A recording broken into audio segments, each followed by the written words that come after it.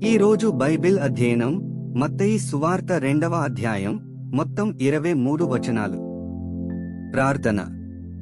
ప్రియమైన దేవా, మేము మీ వాక్యాన్ని చదివినప్పుడు మా మనస్సులను పునరుద్ధరించి మాకు అవగాహన కల్పించండి. మీరు మా సమయాన్ని ఆశీర్వదించి మీకు దగ్గరగా రావడానికి మాకు సహాయం చేయండి. యేసు నామంలో ఆమెన్. మత్తయి సువార్త 2వ అధ్యాయం. రాజైన హేరోదు దినములయందు యూదయ దేశపు బేత్లెహేములో యేసు పుట్టిన పిమ్మట ఇదిగో తూర్పు దేశపు జ్ఞానులు యెరూషలేమునకు వచ్చి, యూదుల రాజుగా పుట్టినవాడెక్కడనున్నాడు? తూర్పు దిక్కున మేము ఆయన నక్షత్రము చూచి ఆయనను పూజింపవచ్చితిమని చెప్పిరి. హేరోదు రాజు ఈ సంగతి విన్నప్పుడు అతడును అతనితో కూడా యెరూషలేము వారందరూ కలవరపడిరి. కాబట్టి రాజు ప్రధాన యాజకులను, ప్రజలలో నుండు శాస్త్రులను అందరిని సమకూర్చి క్రీస్తు ఎక్కడ పుట్టునని వారినడిగెను. అందుకు వారు, యూదయ బేత్లెహేములోనే, ఏలైనగా యూదేదేశపు బేత్లెహేమా, నీవు యూదా ప్రధానులలో ఎంతమాత్రమును అల్పమైన దానవు కావు. ఇశ్రాయేలును నా ప్రజలను పరిపాలించు అధిపతి నీలో నుండి వచ్చును అని ప్రవక్త ద్వారా వ్రాయబడి ఉన్నదనిరి. అంతట హేరోదు ఆ జ్ఞానులను రహస్యముగా పిలిపించి ఆ నక్షత్రము కనబడిన కాలము వారిచేత పరిష్కారముగా తెలిసికొని, మీరు వెళ్ళి ఆ శిశువు విషయమై జాగ్రత్తగా విచారించి తెలిసికొనగానే నేనును వచ్చి ఆయనను పూజించునట్లు నాకు వర్తమానము తెండని చెప్పి వారిని బేత్లెహేమునకు పంపెను. వారు రాజు మాట విని బయలుదేరి పోవుచుండగా ఇదిగో తూర్పుదేశమున వారు చూచిన నక్షత్రము ఆ శిశువు ఉండిన చోటికి మీదుగా వచ్చి నిలుచువరకు వారికి ముందుగా నడిచెను.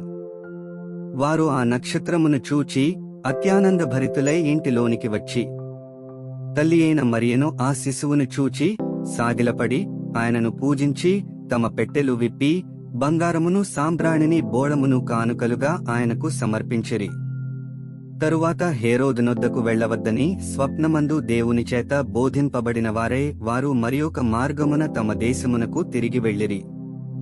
వారు వెళ్లిన తరువాత ఇదిగో ప్రభువు దూత స్వప్నమందు యోసేపునకు ప్రత్యక్షమై, హేరోదు ఆ శిశువును సంహరింపవలెనని ఆయనను వెదకబోవుచున్నాడు గనుక నీవు లేచి ఆ శిశువును ఆయన తల్లిని వెంటబెట్టుకుని ఐగుప్తునకు పారిపోయి నేను నీతో తెలియజెప్పు వరకు అక్కడనే యుండుమని అతనితో చెప్పెను. అప్పుడతడు లేచి రాత్రివేళ శిశువును తల్లిని తోడుకొని ఐగుప్తునకు వెళ్లి ఐగుప్తులో నుండి నా కుమారుని పిలిచితిని అని ప్రవక్త ద్వారా ప్రభువు సెలవిచ్చిన మాట నెరవేర్చబడినట్లు హేరోదు మరణము వరకు అక్కడ నుండెను. ఆ జ్ఞానులు తన్ను అపహసించరని హేరోదు గ్రహించి బహు ఆగ్రహము తెచ్చుకుని తాను జ్ఞానుల వలన వివరముగా తెలిసికొనిన కాలమును బట్టి బేత్లెహేములోను దాని సకల ప్రాంతములలోనూ 2 సంవత్సరములు మొదలుకుని తక్కువ వయస్సుగల మగపిల్లలనందరినీ వధించెను. అందువలన రామాలో అంగలార్పు వినబడెను, ఏడ్పును మహారోదన ధ్వనియు కలిగెను.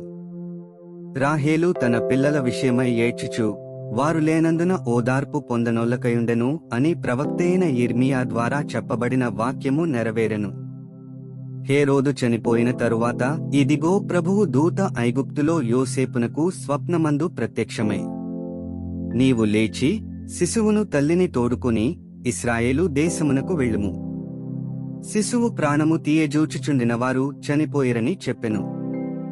అప్పుడతడు లేచి శిశువును తల్లిని తోడుకుని ఇశ్రాయేలు దేశమునకు వచ్చెను. అయితే అర్కెలాయు తన తండ్రి అయిన హేరోదునకు ప్రతిగా యూదయ దేశము ఏలుచున్నాడని విని అక్కడికి వెళ్లవెరచి స్వప్నమందు దేవుని చేత బోధింపబడినవాడై గలిలయ ప్రాంతములకు వెళ్లి నజరేతను ఊరికి వచ్చి అక్కడ కాపురముండెను.